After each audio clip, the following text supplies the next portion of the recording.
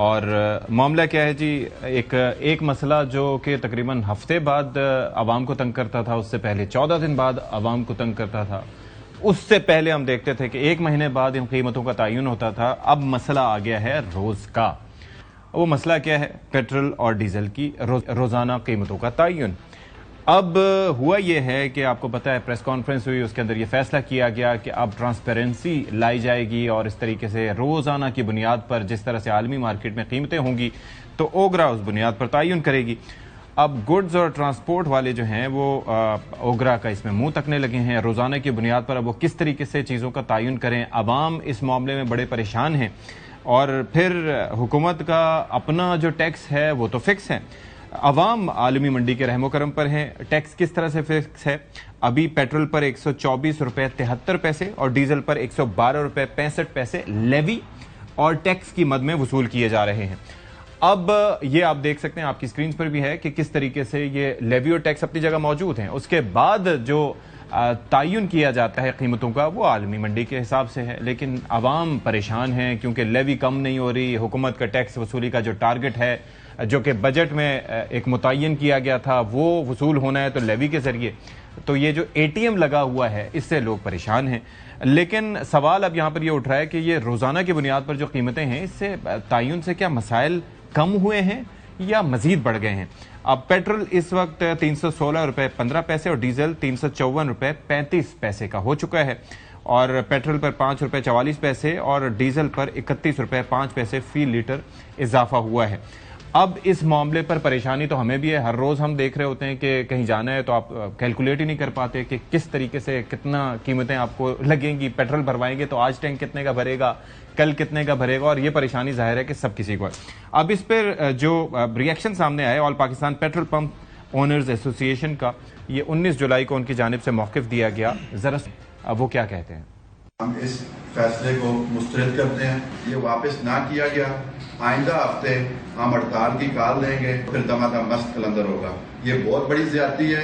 ہم آلریڈی لاس میں ہیں اور ہم مزید کام نہیں کر سکتے. گورنمنٹ کو چاہیے خدا را اپنی نالائکی کو مت چھپائیں اور ہمارے اوپر مت ڈالیں. کچھ او ایم سیز کے ساتھ مل کے آپ نے ریٹ کے تعین کے اوپر غور کیا ہے جس میں کسی بھی اسٹیک ہولڈر کو آپ نے اعتماد میں نہیں لیا.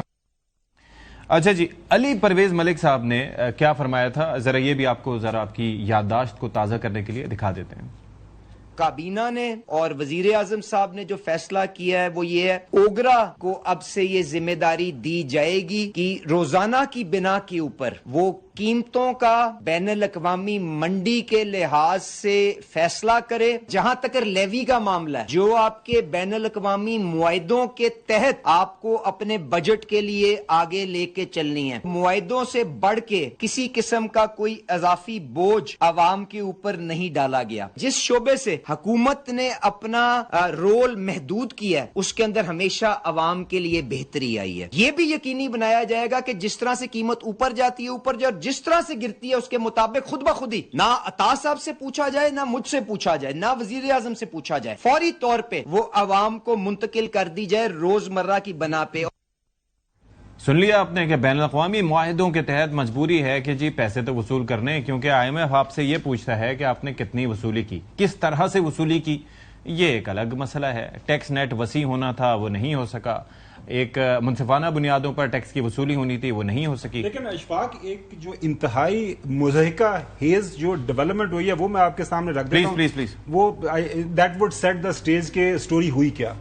جس دن یہ پریس کانفرنس ہوئی، پریس کانفرنس بائی چانس میں آفس میں تھا، ہمارے پروگرام کی وہ ٹائمنگ ہوتی ہے، پروگرام ہمارا کٹ کے یہ پریس کانفرنس چلی اور بہت اہم فیصلہ روزانہ کی بنیاد کے اوپر پاکستان کے اندر تیل کی قیمتوں کا تعین کیا جائے گا.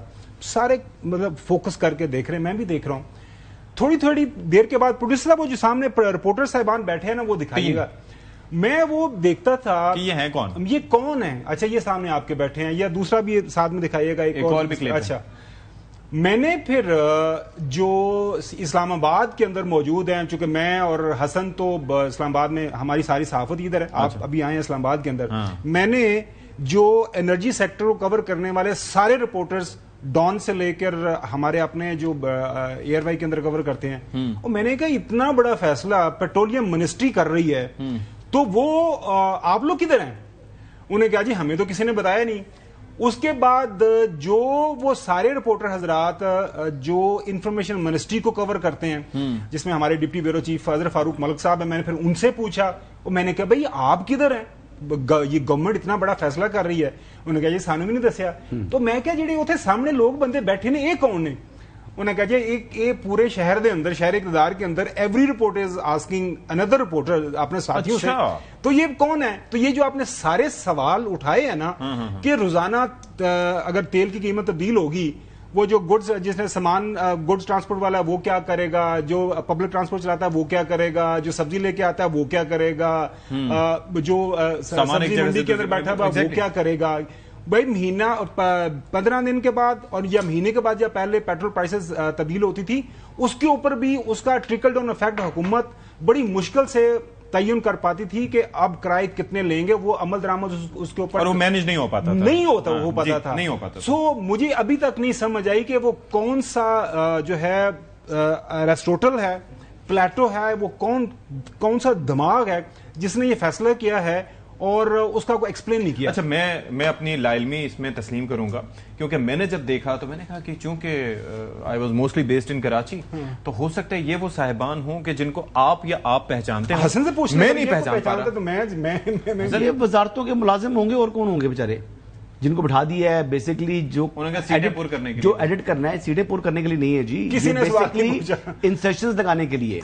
یہ ان سے انسرشن لگائی جاتی ہیں کہ یہ سامنے بیٹھے ہوئے ہیں. اب یہ بیچارے کون ہیں, ان کو حکم ہوا ہوگا بیٹھ جاؤ تو وہ بیٹھ گئے ہیں. چلیں جی اسی بہانے ان کی جو ہے وہ کمپنی کی مشہوری ہوگی اپنی تھوڑی سی, ان کا جو ہے نا وہ ٹی وی پر وہ آ گئے ہیں. ویسے جرنلسٹ کو بلانا چاہیے, سوالات کا سامنا کرنا چاہیے, اور بات یہ ہے کہ حکومت عقل کل نہیں ہے.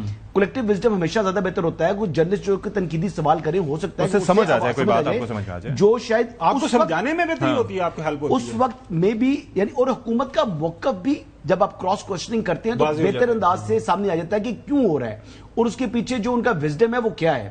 تو جو کہہ رہے تھے کہ جی کون سا جو ہے وہ ایسا روشن دماغ تھا, باقی لوگوں کا نام لے رہے تھے, تو خاور گھمن صاحب نے اپنا نام نہیں لیا. میں تو یہ کہہ رہا تھا کہ خاور کون تھا, خاور گھمن تھا یہ کہے. تو بہرحال میں تو یہی کہوں گا کہ روزانہ کی بنیادوں کے اوپر جو قیمتوں کا یہ تبدیلی کا فیصلہ کر رہے ہیں, نہیں تو میں تو دیکھیں ان کی کمپیٹنس کا مداح ہوں. یہ ان ایکسپیکٹڈ فائر تھا ویسے, فرینڈلی فائر. اچھا, لیکن بات یہ ہے کہ روزانہ کی بنیادوں پر کس طریقے سے جو یہ کرائے ہوتے ہیں بسوں کے, یہ جو ٹیکسی کے فیئرز ہیں, یہ باقی سے بہت سے لوگ ایسے ہیں جو کہ آج کل کچھ کمپنیز آئی ہوئی ہیں جہاں سے آپ آن لائن ایپ کے ذریعے رائڈ بک کرتے ہیں. تو وہ کیسے اب سنیں, اب وہ جو رائڈ کے جو ڈرائیور تھے جو اپنی گاڑی, جن کی اپنی گاڑی تھی, جو یہ کام کر رہے تھے, اب یقین کریں انہوں نے گاڑیاں پارک کر دی ہیں کہ جی اس وقت جو یہ کمپنی کی طرف سے ریٹ آیا ہوا ہے اور جو اس وقت جس قیمت پر ہمیں پیٹرول ملتا ہے, تو ہمارے لیے پاسبل نہیں ہے کہ ہم جو چلائیں بھی, تو بچت کوئی نہیں ہے.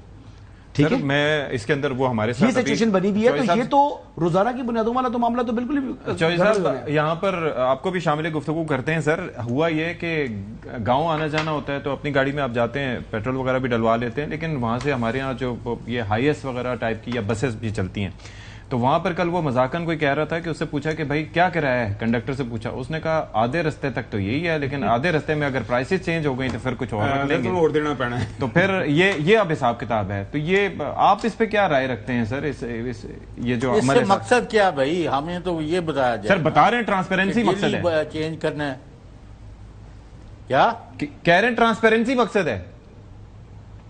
نہیں, وٹ ٹرانسپیرنسی مقصد ہے. اس وقت 200 روپے کا لیٹر ہے, تو تھوڑی دیر بعد 250 ہو جائے گا, شام تک 300 ہو جائے گا, پر کل 400 ہو جائے گا, پھر 200 ہو جائے گا. یہ کیا ہے؟ دیکھیں اس کے پیچھے آئیڈیا ہے کہ اس کو ڈی ریگولیٹ کیا جائے, لیکن مسئلہ یہ ہے کہ ڈی ریگولیشن کے لیے ایک طریقہ کار ہوتا ہے, آپ نے کچھ اصلاحات کرنی ہوتی ہیں. صاحب ابھی میرے خیال میں کہہ رہے تھے یکدم امریکہ بنا. اچھا صاحب پلیز کمپلیٹ کر لیں. میں نے کہا شاید انہوں نے پوچھا تو میں میں یہ کہہ رہا ہوں کہ کوئی کام اس سے نہ تو قیمت بڑھانے کا کوئی میکنزم سمجھ لگی ہے, نہ کم کرنے کا. اب ہر وقت لوگ یہی پتہ کرتے رہیں کہ ابھی ڈیزل اور پیٹرول کی قیمت بڑی ہے یا نہیں بڑی, میں اب پیٹرول ڈلوا لوں یا نہ ڈلوا لوں. یعنی ایک اور کام مل گیا قوم کو مصروف رکھنے کے لیے. تو ان سے دوبارہ ذرا وضاحت لیں کہ کہ اس کا مقصد کیا ہے. ول اٹ ہیلپ ٹھیک.